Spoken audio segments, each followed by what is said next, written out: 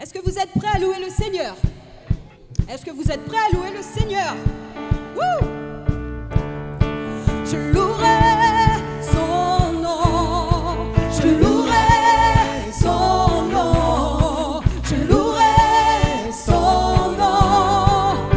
Je suis plus que vainqueur, je louerai son nom, je louerai son nom, je louerai son nom.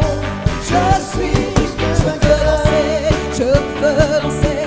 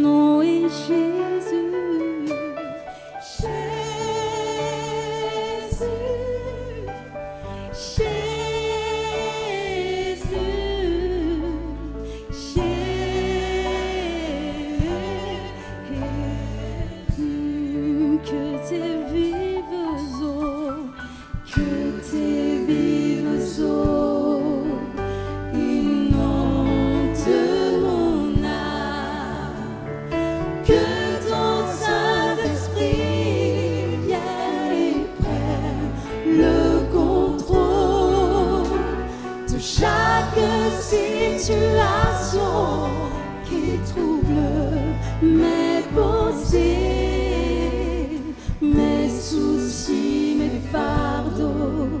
À tes pieds, je dé que tes vives eaux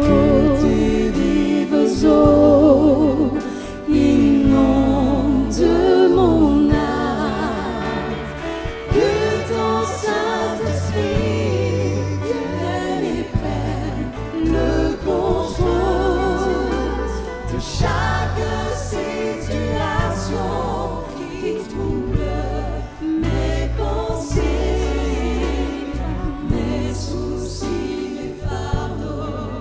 À tes pieds, je les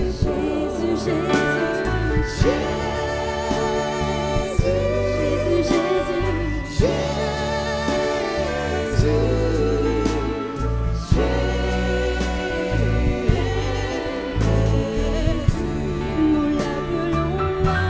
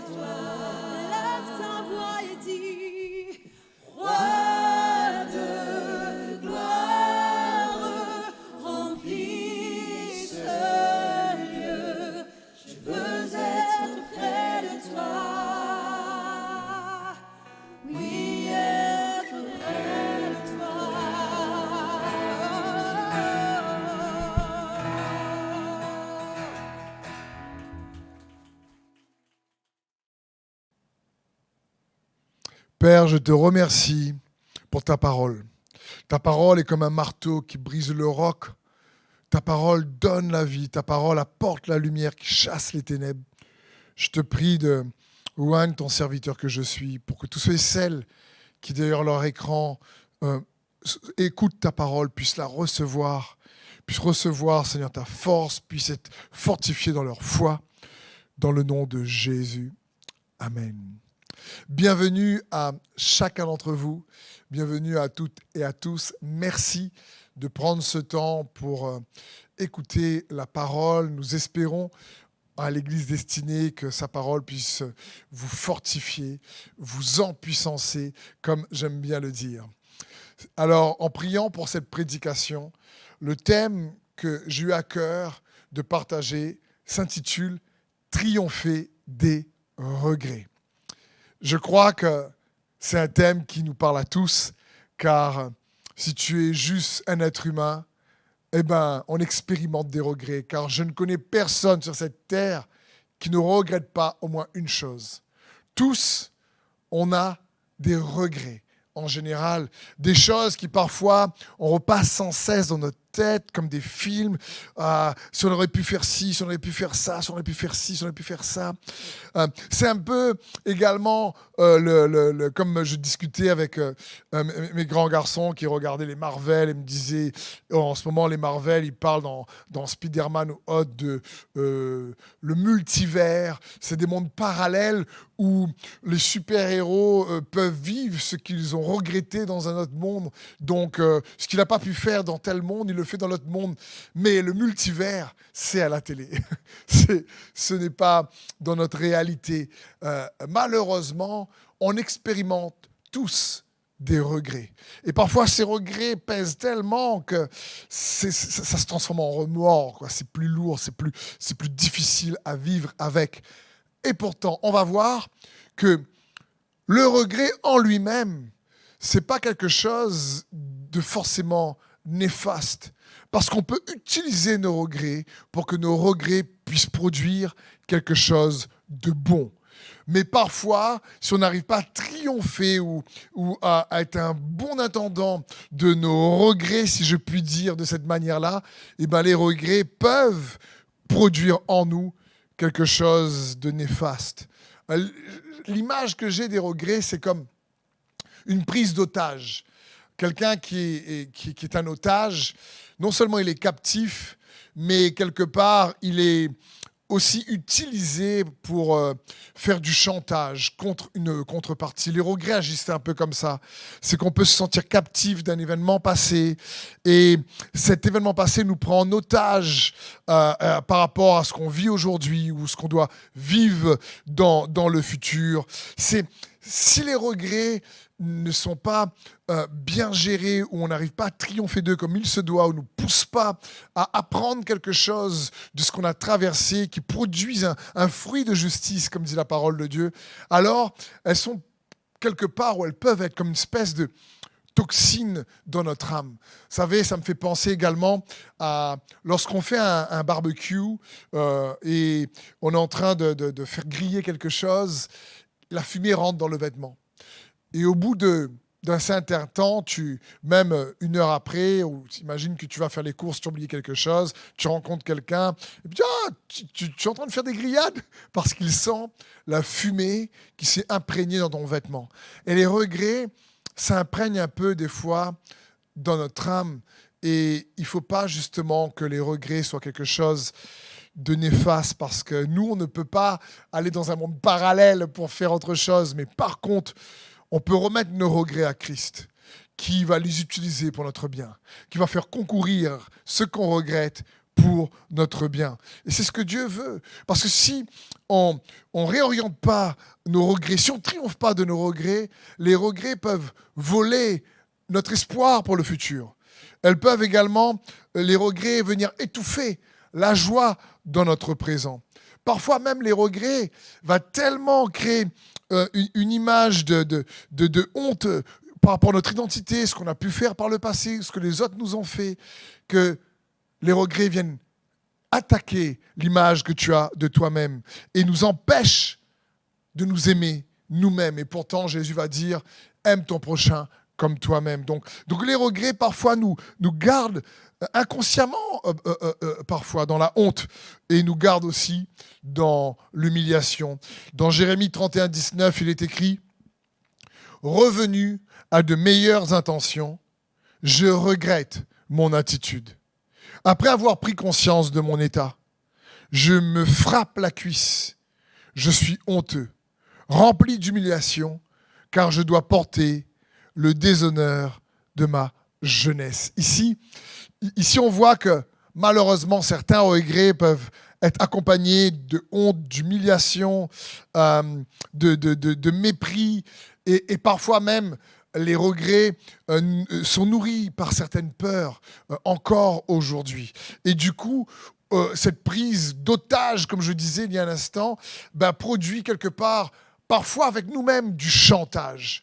Comme par exemple, quelqu'un qui a une relation difficile et ça s'est terminé par une trahison, une profonde déception, une profonde blessure, et qui se dit à lui-même « Jamais plus je vais me mettre avec quelqu'un » ou « Jamais plus parce que telle personne t'a fait du mal, tel homme t'a fait du mal, ou donc jamais plus je me mettrai avec un homme, ou jamais plus je me mettrai avec une femme ». Et sans se rendre compte, on peut se limiter soi-même et faire du chantage avec nous-mêmes à cause de nos regrets.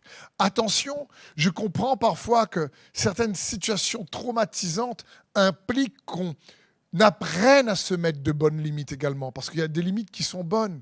Mais parfois, on s'impose inconsciemment ou consciemment, à cause de nos regrets, on s'impose des limites qui en réalité peuvent nous prendre en otage, peuvent réellement nous priver de plus de bonheur pour la vie présente ou pour la vie future. Et c'est comme si on fait un vœu avec soi-même, une sorte de chantage avec soi-même. Et ça, il est bon de faire attention. Pourquoi ? Parce que les regrets ont également, malheureusement, si, encore une fois, on ne triomphe pas d'eux de manière saine, la capacité de venir voler la capacité de rédemption que Christ veut que tu expérimentes. Le mot rédemption, le rédempteur, Christ est notre rédempteur, signifie qu'il est capable de te racheter. Et s'il est capable de te racheter, toi, à combien plus forte raison, par la foi en lui, il désire que tu puisses racheter certaines situations passées. Mais les regrets viennent en réalité nous faire croire que ce qu'on a raté, ce qu'on n'a pas pu vivre, ou à cause de nos mauvais choix ou de mauvais choix des autres, eh ben, c'est comme si c'est totalement perdu et que Dieu ne pourra pas manifester sa puissance de rédemption dans notre situation. J'aimerais te dire que si il est ton rédempteur. Et c'est ce qu'il désire. Non seulement il t'a racheté, mais il désire te donner la capacité de racheter n'importe quelle situation. Il faut faire donc attention de ne pas laisser les regrets quelque part redéfinir notre présent avec ses vœux et venir affecter notre futur et s'aborder les regrets viennent s'aborder notre futur. Et c'est parce que Dieu veut pour chacun d'entre nous. C'est bon pour nous de comprendre cela. Pourquoi ? Parce que, n'oublions pas, lorsque l'on pense à une situation que l'on regrette, c'est parce que l'on croit à une interprétation qu'on s'est faite nous-mêmes de cette situation, une interprétation meilleure par nous-mêmes. On se dit, j'ai vécu ça, mais si j'aurais pu vivre ça, ou si ça serait passé comme ci ou comme ça, eh ben j'aurais été mieux. Ou si ça aurait été comme ci ou comme ça, eh ben ça aurait marché. Ou si j'aurais pu bien faire ça, ça aurait marché. Et du coup, les regrets sont une interprétation de l'histoire qu'on se fait. On se dit, ça aurait été meilleur si on leur a interprété cet événement comme ça. Peut-être que oui et peut-être que non. On n'est pas sûr parce qu'on n'a pas pu voir réellement les fruits de cette interprétation. Donc, quelque part, je veux t'inviter à comprendre que pour triompher des regrets, dans le grand teint qu'on va voir dans ce message, il faut qu'on puisse apprendre à réinterpréter nos regrets, notre histoire, si tu préfères, pour que nos regrets produisent du bon. Il faut savoir réinterpréter en n'oubliant pas que Dieu est avec nous. Jésus-Christ est ton rédempteur et qu'il désire t'inviter par le moyen de la foi en lui à réinscrire ton histoire et ne pas laisser les regrets venir affaiblir ta foi dans le moment présent et venir vraiment également étouffer l'espoir pour le futur que Dieu a pour toi, mais laisser par la foi en Jésus-Christ, à la foi dans celui qui désire te racheter, celui qui est ton rédempteur, par la foi en lui, t'aider à réinterpréter, réécrire, si tu préfères, dans ta manière aussi de penser, de voir ce que tu as vécu, réellement ton histoire, pour que à nouveau la foi soit présente aujourd'hui et que l'espérance soit affermie pour le futur que Dieu a pour toi. Donc, on va lire pour ça 2 Corinthiens au chapitre 7, à partir du verset 8, parce qu'on va voir que les regrets, c'est une tristesse quelque part, c'est une émotion, on est triste d'avoir loupé quelque chose, d'avoir pas vécu telle chose, d'avoir passé à côté de telle chose. Mais cette tristesse, elle peut soit produire du bon, soit elle peut produire quelque chose de néfaste en nous. Au verset 8 de 2 Corinthiens 7, il est écrit « C'est pourquoi, si je vous ai causé de la peine par ma précédente lettre, je ne le regrette pas. Certes, je l'ai d'abord regretté en voyant combien elle vous a attristé sur le moment. Mais maintenant, je me réjouis, non pas de votre tristesse, mais de ce que cette tristesse vous a amené à changer d'attitude. Car la tristesse que vous avez éprouvée était bonne aux yeux de Dieu, si bien qu'en fait, nous ne vous avons causé aucun tort. En effet, la tristesse qui est bonne aux yeux de Dieu produit un changement d'attitude qui conduit au salut et qu'on ne regrette pas. La tristesse du monde, elle produit la mort. Par contre, cette tristesse qui est bonne aux yeux de Dieu, voyez quel empressement elle a produit en vous. Quelle excuse vous avez présentée. Quelle indignation vous avez manifestée. Quelle crainte, quel ardent désir de me revoir. Quel zèle, quelle détermination à punir le mal. Par votre attitude, vous avez prouvé que vous étiez innocent dans cette affaire. Waouh! On voit ici Paul qui dit, mais cette tristesse qui était en vous, elle a produit un changement d'attitude qui vous a conduit au salut.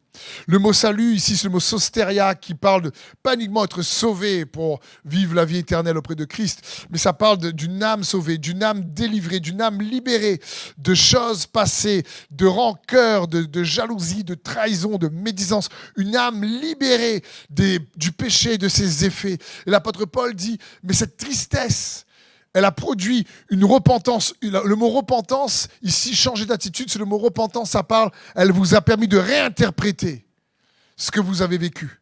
Et cela, ça produit en vous un changement d'attitude qui vous a sauvé, qui vous a apporté la paix, qui vous a rafraîchi.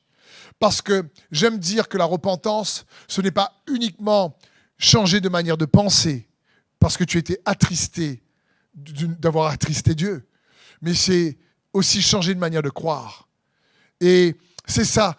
Paul leur dit, mais cette tristesse a produit une manière de croire différente qui, en fin de compte, vous a permis d'obtenir une délivrance, un salut intérieur qu'on ne regrette pas.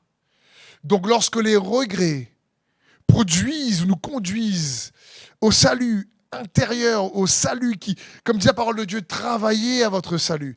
Le salut vient travailler en toi, tu l'expérimentes et la lumière de Dieu vient chasser les ténèbres de ce que tu as pu vivre, qui t'a affecté auparavant, qui ne t'affecte plus maintenant. Tu peux avoir le souvenir, mais plus la douleur. Alors l'apôtre Paul dit, mais cette tristesse-là, on ne la regrette pas.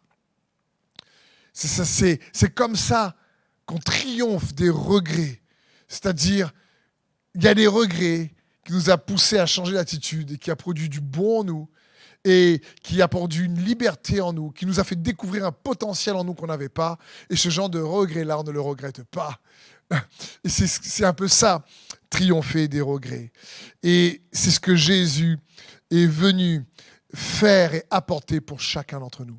Il y a une belle illustration, il y en a plein, mais dans les Écritures, je pense surtout à un homme de Dieu qui a vécu cela de plein fouet, c'est l'apôtre Pierre. Vous savez, il s'appelle d'abord Simon, et quand Jésus donc annonce à Pierre et aux disciples qu'il va être crucifié, qu'il va le mourir, Pierre lui dit « Non, Seigneur, moi je ne permettrai pas que cela arrive. » Et à ce moment-là, Jésus le répond assez froidement en lui disant « Arrière de moi, Satan, tes pensées ne sont pas celles de Dieu, mais celles des hommes. » Mais Pierre était en train de dire à Jésus « Non, Seigneur, tu ne me connais pas vraiment, moi je ne veux pas qu'on te fasse du mal. » Et à un autre moment, Jésus lui dit « Écoute, ce soir même, avant que le coq n'ait chanté 3 fois, tu vas me renier. » Et Pierre a dû être surpris. À ce moment-là, Pierre a dû dire « Attends, Seigneur, tu connais toutes choses, tu es Dieu, je veux bien, mais j'avoue que là, peut-être tu t'es un peu trompé sur moi parce que tu vois, les autres disciples, ils savent que moi, je t'aime énormément. Les autres disciples, ils savent que quelque part, celui qui t'aime le plus, c'est moi, Pierre. C'est qui a marché sur l'eau? C'est moi. Bon, j'ai coulé un petit peu, mais j'ai marché sur l'eau quand même. Les autres, non. » Et quand Jésus lui dit ça, Pierre, à ce moment-là, doit être un peu choqué, doit être surpris. Et pourtant, malheureusement, devant une femme, première qui arrive, il renie Jésus, il va même dire des gros mots, et il le renie à 3 reprises, et le coq chante. Et à ce moment-là, la Bible dit qu'il a croisé les regards de Jésus, qui lui était en train de souffrir amèrement dans son corps, par amour pour Pierre, par amour pour toi, par amour pour moi. Et quand il a croisé le regard de Christ, la Bible dit qu'il s'est mis à pleurer amèrement. Pierre, à ce moment-là, regrette. Pierre, à ce moment-là, est déçu. Pierre, à ce moment-là, a du mal avec lui-même. Il ne pensait pas qu'il allait se décevoir autant. Il ne pensait pas qu'il allait se comporter de cette manière. Il regrette quelque part d'avoir pas pu être ce qu'il pensait être, si tu préfères. Il pensait être quelqu'un qui aimait Jésus plus que tout le monde. Il pensait qu'il n'allait pas échouer face à la difficulté. Il pensait qu'il allait être stable et inébranlable. Il est le roc. Jésus l'a appelé Pierre. Et voilà qu'il a échoué. Il est profondément déçu. Il est la proie de la honte. Il se sent lui-même indigne et il se sent humilié. Il a perdu le combat avec lui-même parce que s'il y a bien une bataille, une victoire qu'il est bon de tenir dans cette vie, et la bataille, je dirais même la plus dure qu'on a à vivre, c'est la victoire qu'on doit avoir avec nous-mêmes, constamment. Quand quelqu'un te fait quelque chose de mal contre toi, ne pas laisser cette chose mal contre toi produire du mal en toi, c'est pas facile, c'est un combat. Le combat de la foi, c'est un combat d'abandon avec Dieu. Comme de Jacob à Israël, on lutte entre notre manière charnelle de réagir, comme Pierre ici qui a échoué, et la manière spirituelle avec laquelle on doit se comporter. C'est jamais facile. Et ici, Pierre a échoué. Il est déçu sûrement de lui-même. Il regrette. Mais vous savez la suite de l'histoire. Quand Jésus est ressuscité, il se montre à Marie-Madeleine, se montre à Marie, se montre à 500 de ses disciples, se montre à Pierre, Jacques et Jean. Il apparaît aussi dans la pièce où ils sont. Il dit à Thomas de venir le toucher, etc. Mais Jésus leur apparaît aussi lorsqu'ils sont sur le bateau de pêche. Et Pierre est nu à ce moment-là. Et on dit, c'est le Seigneur. Lorsqu'ils ont jeté les filets et qu'ils ont une pêche miraculeuse, incroyable, Jean reconnaît Pierre à nouveau un petit peu gêné, il se plonge dans l'eau et ils arrivent sur le rivage et Jésus leur a préparé un barbecue, des grillades de poissons. Et là, avec les autres disciples qui sont là, Pierre n'ose pas trop, sait pas trop quoi dire à Jésus. Il vient le rogner 3 fois quelques jours auparavant. Mais Jésus regarde Pierre avec des yeux remplis d'amour et non pas de condamnation. Et lui pose à 3 reprises la même question. Pierre, m'aimes-tu ? Pierre, à ce moment-là, sûrement un peu gêné, répond, Seigneur, tu sais que je t'aime. Et lui dit, paie mes brebis. Puis, 2e fois, Pierre, m'aimes-tu ? Et Pierre lui dit, Seigneur, mais tu sais toutes choses. Tu sais que je t'aime. Et lui dit, nourris mes agneaux. Et il lui pose une question la 3e fois. Pierre ne sait pas trop quoi dire. Il lui dit, mais tu sais toutes choses. Et à nouveau, il lui dit, paie mes brebis. Ce qu'il y a d'extraordinaire, c'est qu'aux yeux même des autres disciples qui sont là, après que Pierre, lui, l'ait renié 3 fois, les disciples, eux, ils ont fui. Mais on raconte surtout, maintenant, quelque part, le fait que Pierre, lui, a renié Christ à 3 reprises. Et Jésus, ici, à 3 reprises, lui dit, Pierre, m'aimes-tu ? Il ne lui fait pas un reproche. Mais il lui confie la chose la plus importante qu'il a dans son cœur. Ses brebis, son peuple, son église. Et il dit, prends soin. Et là, à nouveau, c'est comme si Jésus est en train de dire, Pierre, tu sais quoi ? J'avais vu cette faille en toi, que toi, tu regrettes. J'avais vu en toi les bons côtés comme les mauvais côtés. Mais je sais que même s'il y a ce Simon fragile qui est un petit peu ébranlé par les circonstances, mais je sais qu'en toi, quand tu mets ta foi en moi, il y a ce Pierre. Et je t'ai dit que toi, tu es Pierre. Et sur cette révélation de qui je suis, Christ, je bâtirai mon église également. Sur cette pierre, cette révélation que tu as de moi. Et je sais que tu m'aimes et tu as cette révélation dans ton cœur.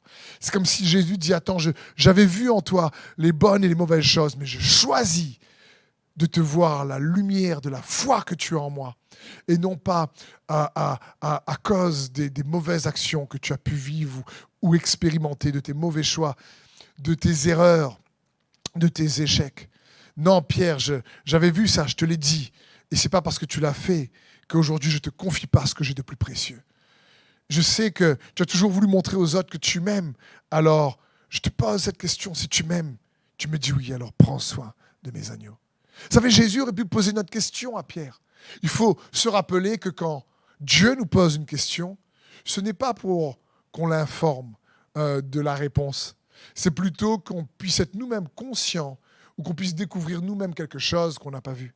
Jésus aurait pu dire à Pierre, tu sais Pierre, tu vois, je t'avais dit que tu allais me renier parce que je me souviens dans ton enfance, tu as vécu ça, tu as vécu ci, du coup tu as t'as des automatismes mauvais, tu as des réellement fissures dans ton caractère qui fait que quand il y a trop de pression, eh ben, tu arrives à, tu te dégonfles un peu, tu n'arrives plus à avoir ce courage que tu as et tu quelque part envie de montrer aux autres que tu peux faire un peu plus, tu aimes bien être un petit peu celui qui est devant, parce que quand tu étais petit, tu étais... Non, Jésus n'est pas là-dedans du tout. Jésus est vraiment précis dans sa question et lui dit, Pierre, m'aimes-tu ? Parce qu'il savait que c'était le désir de Pierre de l'aimer de tout son cœur, de son âme, de sa pensée, comme l'ancienne alliance, l'ancien commandement le demandait. Et Jésus voulait lui montrer que même si son amour n'était pas parfait, lui, il l'aimait parfaitement. Et quand Pierre a reçu cette grâce, cet amour, alors il savait qu'il allait pouvoir aimer Jésus d'une meilleure manière. Parce que Jésus l'aime en dépit ou malgré ses défauts. Jésus n'a pas voulu mettre l'accent sur Pierre, là tu regrettes, là non, tout de suite. Il n'a pas eu de poids de condamnation, il n'a pas eu de mauvais jugement, non. Jésus a voulu relever Pierre en lui disant, Pierre, apprends à te voir à la lumière de la foi en moi. Et j'aimerais t'inviter dans le chat, peut-être à dire, je me vois aussi comme ça. Seigneur, apprends-moi à me voir comme tu me vois. Seigneur, tu ne me vois pas à la lumière de mes échecs, à la lumière de mes regrets. Non, Seigneur, aide-moi à réinterpréter mes regrets. Aide-moi à me rappeler que tu as déposé en moi, ton esprit, et ce que tu as commencé en moi. Comme dit les Écritures, tu le termineras, tu me fortifieras, tu me rendras inébranlable, nous dit la parole de Dieu. Et c'est ce que Jésus voulait pour Pierre. Il y a un autre apôtre extraordinaire qui avait beaucoup de choses également à regretter. C'est l'apôtre Paul, qui s'appelait Saul et qui, avant de rencontrer Jésus-Christ sur le chemin de Damas, tuait les chrétiens, en tout cas était un persécuteur de l'Église. Et à la mort d'Étienne, le premier martyr de l'Église après la mort de Jésus-Christ et sa résurrection, Étienne, Saul, le jeune Saul, était là. Et il a prouvé cette mort. Et cet apôtre incroyable, l'apôtre Paul, a dû vivre avec toutes ces scènes, ces expériences qu'il a dû traverser, où il a persécuté l'Église, mais il n'a pas laissé ces mauvaises choses qu'il a faites être des regrets qui l'empêchent de servir Christ ou qui empêchent la grâce de Christ de venir enlever la douleur des regrets. Mais il a utilisé ces regrets avec cette tristesse de savoir ce qu'il a été avant. Cette tristesse lui a poussé à changer d'attitude pour produire quelque chose de bon, une œuvre salutaire en lui par la grâce de Christ. Dans 1 Corinthiens 15, on voit cela. Il est écrit à partir du verset 8, « Après eux tous, il m'est aussi apparu à moi, comme à l'avorton. Car je suis le moindre des apôtres. Je ne suis pas digne d'être appelé apôtre parce que j'ai persécuté l'Église de Dieu. Par la grâce de Dieu, je suis ce que je suis et sa grâce envers moi n'a pas été vaine. Loin de là, j'ai travaillé plus que tous. Non pas moi toutefois, mais la grâce de Dieu qui est avec moi. » Paul, on voit ici, il y a un regret, j'ai persécuté. Il m'est apparu à moi à l'avorton, je suis le moindre des apôtres. Mais il dit, mais vous savez quoi ? Mais même si je regrette quelque part ces choses, mais je ne vais pas laisser les regrets m'empêcher de devenir celui ou celle que Dieu veut que je devienne. Parce que par sa grâce, je suis ce que je suis. Et sa grâce n'a pas été vaine. J'ai travaillé plus que tous. Non pas moi, mais la grâce de Dieu qui est avec moi. Et je crois que c'est ce que Dieu veut pour toi également, ce qu'il a voulu faire comprendre à Pierre. Il dit, Pierre, écoute, malgré tes erreurs, écoute, je suis avec toi, garde confiance en moi. Ne laisse pas tes regrets venir t'enchaîner, venir te faire perdre la foi dans le présent, voler ton espérance, te rendre captif du passé, te prendre en otage et faire avec toi un mauvais chantage. Non, fixe tes regards sur moi et n'oublie pas que ma grâce, là où le péché abonde, là où les erreurs abondent, ma grâce surabonde. Ne te prive pas de ma grâce. C'est ce que Paul veut nous dire ici. Et c'est pour ça qu'il a dit, de toute façon, il a su, malgré son état à lui, malgré ses erreurs à lui, il a dit dans 2 Corinthiens 4:7, nous portons ce trésor dans des vases de terre, afin que cette grande puissance soit attribuée à Dieu et non à nous. Waouh! Paul dit, mais nous portons ce trésor, Christ, cette grâce, dans des vases de terre. Parce que oui, nous, on est fébriles. Comme il a dit même dans Romains 7, il a dit, mais je veux faire le bien et je ne le fais pas. Je ne veux pas faire le mal et je le fais. Il dit, mais qui me délivrera de ce corps voué à la mort?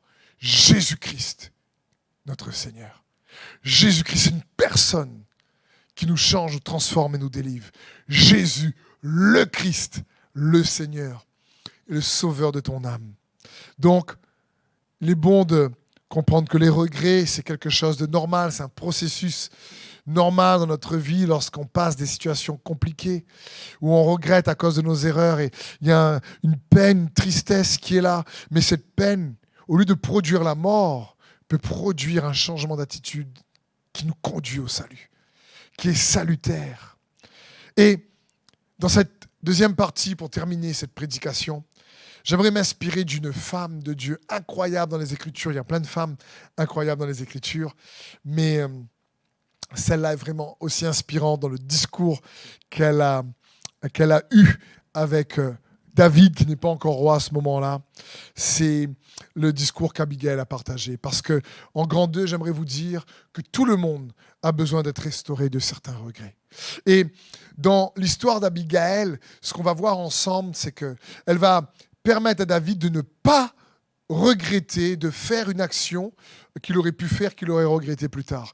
Mais les conseils ou la sagesse qu'Abigail partage au roi David, non seulement a permis à David de ne pas faire une action qu'il allait regretter, mais également est capable de nous guérir de certaines choses qu'on a pu regretter, parce que son discours est rempli de sagesse qu'il est bon pour nous de recevoir. Donc, on va voir les leçons que nous donne Abigail. Et pour ça, je vais d'abord vous rappeler peut-être le contexte.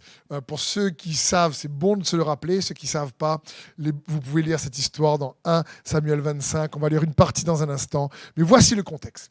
Le contexte, David et ses hommes ont, pendant quelques temps, pendant une saison, surveiller les troupeaux, les brebis, etc., d'un homme fort riche qu'on appelle Nabal. Nabal avait envoyé ses serviteurs s'occuper de son troupeau et David avait protégé son troupeau des voleurs pendant des semaines. Et lorsque David donc veut continuer sa route, il envoie donc ces hommes demander à Nabal donc la possibilité de recevoir un retour par rapport à la protection que David et ses hommes leur ont apportée. Et Nabal est un homme méchant, comme veut le dire son nom. Et quand ces hommes, les hommes de David, viennent lui demander quelque part une réciprocité, juste une reconnaissance par rapport à leur surveillance, et ben Nabal renvoie les hommes de David avec mépris. Et il dit, mais qui est ce David? Qu'est-ce que j'ai à faire avec lui? Qu'est-ce que je ne lui ai pas demandé quelque part, moi, surveiller mes troupeaux? Je n'ai pas lui donné maintenant de la nourriture, qu'il trace son chemin, quoi. Et du coup, quand les hommes de David reviennent et lui font ce rapport, David se met en colère. Comme on dit, son sang fait un tour. Alors là, il s'est mis en colère, vraiment dans une sorte de rage où il se dit, il va même faire un vœu avec lui-même et il va dire, ouais, mais si Nabal et toute sa maisonnée, ses animaux, ses serviteurs, ses servantes sont encore vivants aujourd'hui, alors vraiment, je ne serai plus appelé, je ne serai même pas le serviteur de Dieu, un truc comme ça. Il va dire quelque chose où sur le coup, il est tellement en colère qu'il veut exterminer en tout cas Nabal et sa maisonnée. Et Abigail est la femme de Nabal. À ce moment-là, quand les serviteurs arrivent, elle n'est pas là. Pourtant, lorsqu'elle arrive, un de ses serviteurs va dire à Abigail, qui est une femme sage et humble, il va lui dire, écoute, madame, vous n'étiez pas là, David et vraiment ces guerriers ont été bons avec nous, ils nous ont protégés, ils ont été là, ils ont permis à ce qu'on perde rien du troupeau. Et le maître, votre mari, a vraiment rabroué ses serviteurs. Et je ne sais pas qu'est-ce que vous devez faire, mais je crois que si vous ne faites pas quelque chose, à mon avis, on est un petit peu mal barré là. Alors, ça va être compliqué pour nous. Et du coup, Abigail, lorsqu'elle voit cela, elle va préparer la nourriture, elle ne dit rien à Nabal, et elle va à la rencontre du roi David. Et on voit cela à partir du verset 23 dans 1 Samuel 25. Lorsqu'Abigail aperçut David, elle descendit rapidement de l'âne, tomba sur sa face en présence de David et se prosterna contre terre. Puis se jetant à ses pieds, elle dit : « À moi la faute, mon Seigneur. Permets à ta servante de parler à tes oreilles et écoute les paroles de ta servante. Que mon Seigneur ne prenne pas garde à ce méchant homme, à Nabal, car il est comme son nom. Nabal est son nom. Et il y a chez lui de la folie. Et moi, ta servante, je n'ai pas vu les gens que mon Seigneur a envoyés.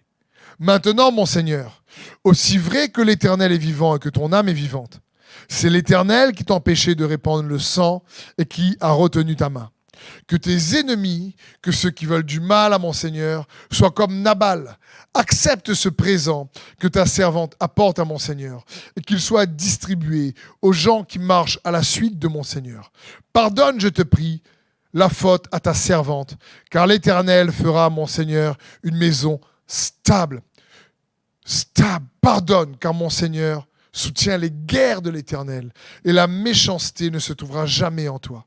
S'il s'élève quelqu'un qui te poursuive et qui en veuille à ta vie, l'âme de mon Seigneur sera liée dans le faisceau des vivants près de l'Éternel, ton Dieu, et il lancera du creux de la fronde l'âme de tes ennemis. Lorsque l'Éternel aura fait à mon Seigneur tout le bien qu'il t'a annoncé et qu'il t'aura établi chef sur Israël, mon Seigneur n'aura ni remords ni souffrance de cœur pour avoir répandu le sang inutile et pour s'être vengé lui-même. Et lorsque l'Éternel aura fait du bien à mon Seigneur, souviens-toi de ta servante. David dit à Abigail, « Béni soit l'Éternel, le Dieu d'Israël, qui t'a envoyé aujourd'hui à ma rencontre. » Waouh! On voit bien ici que Abigail lui dit réellement qu'elle désire qu'il n'a pas de remords ni de regrets. Elle désire ici qu'il ne fasse pas une erreur. Donc dans son discours sage, elle vient faire en sorte que David puisse éviter de regretter une action qu'il va faire. Et il y a plein de conseils ici que j'aimerais que toi et moi, nous puissions nous en inspirer. Premièrement, Abigail a une posture d'humilité. La Bible dit qu'elle se prosterna contre elle, elle se jette à ses pieds. Elle arrive avec une attitude réellement d'humilité. Et juste après, il faut comprendre que le deuxième point, une attitude d'humilité va toujours nous pousser à prendre la responsabilité. Elle va dire « à moi la faute ». Elle se jette par terre et elle dit « à moi la faute ». Rappelons-nous, ce n'est pas de sa faute. Elle n'était pas là. C'est la faute à Nabal, son mari. Et c'est bon ici de comprendre qu'elle ne tombe pas dans le piège de l'accusation. Pas du tout. Elle ne dit pas, David, c'est vraiment, tu sais, Nabal, moi, j'étais pas là, c'est de sa faute, il fait n'importe quoi, vraiment, donc, oui, si tu veux le tuer, tue-le, mais préserve-moi, parce que moi, j'étais pas là, c'est lui le problème, et c'est à cause de lui. Il faut bien comprendre, quelque part, pour triompher des regrets, il nous faut, par humilité, adopter une attitude qui nous pousse à prendre la responsabilité de ce qui se passe en nous. Ce n'est pas elle qui a causé ce problème, mais elle choisit de prendre la responsabilité de solutionner ce problème. C'est peut-être pas toi qui as causé les peines qui causent du regret en toi. Peut-être que c'est toi, peut-être que c'est pas toi. Que ce soit toi ou pas, Tu peux aujourd'hui choisir de dire non, je ne vais pas laisser ces regrets m'affecter. Je vais prendre la responsabilité de changer cela. Parce que oui, j'aime dire, être offensé, c'est une chose. Mais rester offensé, c'est une autre chose. Peut-être que oui, c'est quelqu'un qui a fait en sorte qu'aujourd'hui, il y a peut-être une honte, il y a peut-être une mauvaise image de toi, il y a peut-être des difficultés et que tu regrettes à cause de cette situation. Mais aujourd'hui, tu peux choisir de ne plus être affecté par cette situation. Lorsque quelqu'un dit oui, mais si j'ai vécu, si je suis comme ça aujourd'hui et si c'est si difficile pour moi, c'est à cause de mes parents, c'est à cause de ce que j'ai vécu à l'école, c'est à cause de cette situation. Si je suis comme ça aussi, il y a tel problème dans ma vie, c'est à cause de telle personne, c'est à cause de tel problème, c'est à cause de tel événement que j'ai vécu. Et là, c'est pas l'humilité à pousser Abigail à prendre la responsabilité. Elle n'a pas dit c'est à cause de Nabal. Elle dit à moi la faute. Elle est en train de dire écoute, même si c'est à cause de lui, je veux réparer ça moi-même. Et je veux t'encourager, peut-être que c'est à cause de telle situation, de tel événement, à cause de tel patron, à cause de tel voisin, à cause de tel membre de la famille, à cause de tel ami qui a trahi, je ne sais pas. Il peut y avoir tellement de oui comme Nabal, on peut tellement humainement responsabiliser ou pointer du doigt les autres, mais j'aimerais te dire, ce qui se passe en toi peut être racheté par Christ lorsque humblement tu dis Seigneur, je veux maintenant prendre cette responsabilité de triompher de cette situation que je regrette ou de cette situation qui est arrivée. Elle dit, à moi la faute, mon Seigneur. Et c'est ce que je veux t'encourager. Et à moi la faute. Ensuite, elle va ramener le cœur de Dieu dans l'action. Elle va dire à David, mais maintenant, mon Seigneur, aussi vrai que l'Éternel est vivant, ton âme est vivante. C'est l'Éternel qui t'a empêché de répandre le sang. Elle entend dire à David, ne te trompe pas de combat là-dedans. C'est pas que le combat entre Nabal et toi, ou tes guerriers, ses serviteurs, et même moi, je suis juste un intermédiaire. Mais n'oublie pas que Dieu regarde, ne te trompe pas d'audience. Il est toujours là avec toi. Et n'oublie pas qu'il va te soutenir encore et encore. Et en plus, à un autre point, elle reste honnête. Elle ne dit pas que Nabal est bon. Elle dit qu'il est méchant, comme son nom l'indique. C'est vrai qu'il n'a pas fait ce qu'il faut. Elle n'a pas voulu essayer de manipuler David en essayant de dire, mais non, tu sais, Nabal, il n'est pas trop méchant, mais là, peut-être qu'elle était un peu remontée, donc elle a mal réagi. Non, elle est vraie parce qu'elle sait que David aurait discerné de la fausseté. Elle est authentique. Elle essaie d'être sincère le plus possible, mais en disant à moi la faute. Et en plus, à notre point, elle agit avec bienveillance. Elle emmène des denrées. Elle a l'humilité, elle a la bienveillance. Et surtout, à 2 reprises, elle dit pardonne. Et elle appelle à la bienveillance également de David, à sa miséricorde. Et j'aimerais te dire, quand tu dis au Seigneur, peut-être que ça cause de telle personne que aujourd'hui c'est difficile pour moi, ou que quelque part je peux me trouver dans l'agadou, il faut tout recommencer, ça cause de telle personne qui a eu ci ou qui a eu ça. Mais tu sais quoi, Seigneur ? Pardonne. Et je veux croire plus en la capacité de Dieu de me relever que la capacité de ces personnes de m'affecter. Si ces personnes ont été capables de m'affecter par le passé, alors je choisis de croire plus en la capacité de Dieu de me relever dans le présent pour le futur. La capacité de Dieu à me racheter est bien plus puissante que la capacité de ces personnes à m'affecter. C'est ce que Paul voulait nous dire lorsqu'il dit « Je suis ce que je suis par grâce ». Il dit « Ma capacité à m'affecter moi-même, à ne pas faire ce qu'il faut, je le regrette, mais je crois plus en la capacité de Dieu de me renouveler, de me transformer par sa grâce afin que je devienne ce que Dieu veut que je devienne. » Et c'est pareil pour toi, mon frère, ma sœur, ou si tu regardes peut-être par hasard cette vidéo, je crois que c'est le hasard de Dieu qui te conduit à regarder à Jésus pour triompher des regrets, en disant comme Abigail, Seigneur, je me tourne devant toi, devant Dieu, tu viens dans une attitude d'humilité. Et ensuite, tu dis, Seigneur, quelque part, je veux prendre la responsabilité. J'aime dire que le mot responsabilité, ce n'est pas toujours être en réaction avec les gens qui nous entourent, mais répondre avec habileté. Parce que des fois, lorsqu'on réagit à ce que les gens nous font, on manque peut-être d'habileté. Moi-même, je n'arrive pas tout le temps, mais encourageons-nous les uns les autres, comme dit les Écritures, pour que nous puissions tendent vers ça. Et là, avec sincérité, elle ramène le cœur de Dieu, elle répond avec honnêteté, elle agit avec bienveillance, elle rappelle à David de rester dans la miséricorde, elle clame le pardon, elle l'invite à ne pas se tromper de combat, et surtout elle rappelle à David, lorsqu'on a lu les promesses de Dieu, elle dit, mais quand l'Éternel te mettra sur ton trône, souviens-toi de moi. Lorsque l'Éternel t'aura fait du bien, souviens-toi de ta servante. Et j'aimerais te rappeler que les promesses de Dieu sont oui et amen en Jésus-Christ. Et elle ramène à David sur les promesses de Dieu. Elle dit à David, n'oublie pas ces promesses. Elle fixe à nouveau les yeux de David sur les promesses de Dieu. Elle lui rappelle à David également que Dieu est juste et fidèle envers ceux qui sont justes. Et le juste vivra par la foi dans la nouvelle alliance en Jésus-Christ. Celui qui garde la confiance dans le Seigneur et qui croit plus en la capacité de Dieu de venir lui racheter, de le faire triompher de ses regrets, plutôt qu'à la capacité des autres de l'affecter par le passé. Donc c'est ce que j'aimerais t'encourager. Elle a dit tous ses conseils avec assurance. Elle dit, mais souviens-toi de moi. Elle s'approche de lui avec une assurance dépourvue d'arrogance.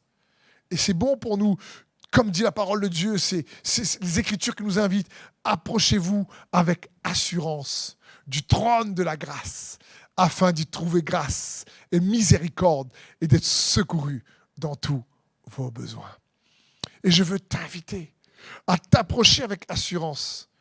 Oui, son assurance est dépourvue d'arrogance, elle n'est pas arrogante, elle s'approche avec David avec humilité, mais elle lui dit, souviens-toi de moi. Et David s'est souvenu d'elle. Quand vous continuez à lire l'histoire, c'est vraiment pertinent parce que malheureusement, Nabal est mort quelques semaines après, 2 ou 3 semaines après.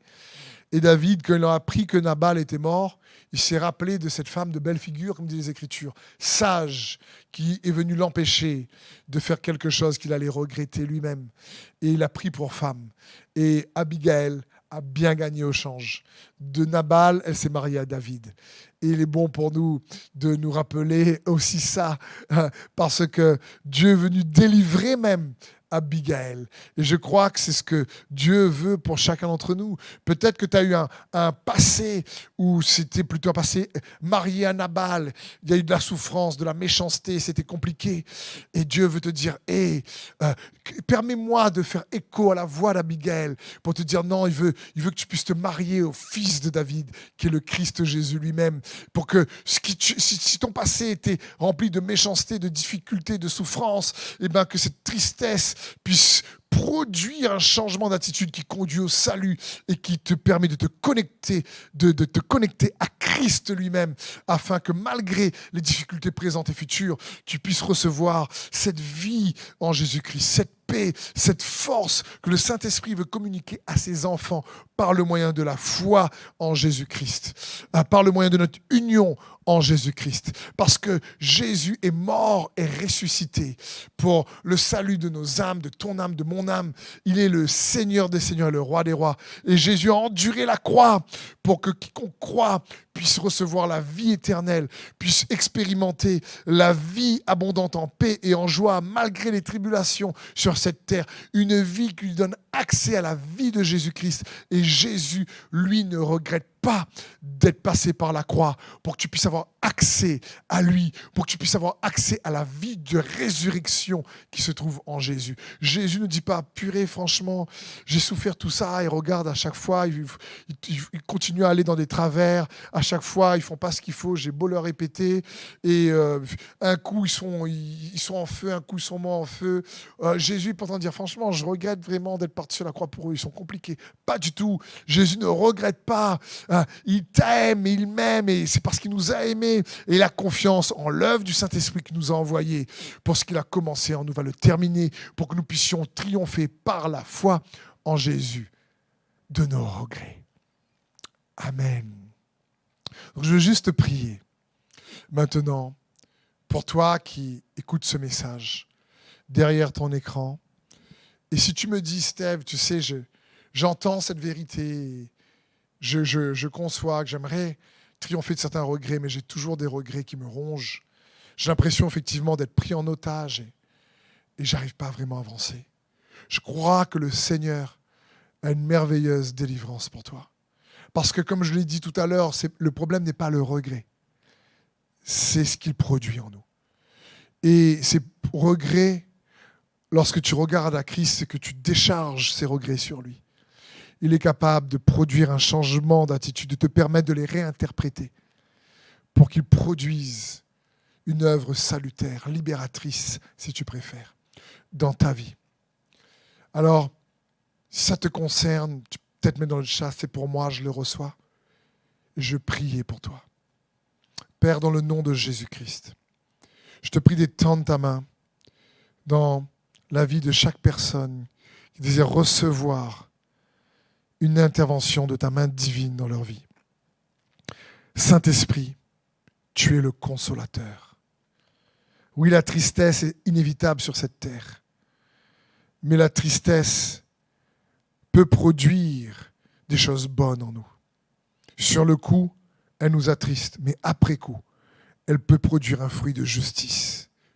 Lorsque la foi en toi, la consolation de ton esprit vient panser les peines et les plaies de nos cœurs, alors viens restaurer dans le nom de Jésus-Christ ces personnes qui disent derrière leur écran, je reçois ta consolation.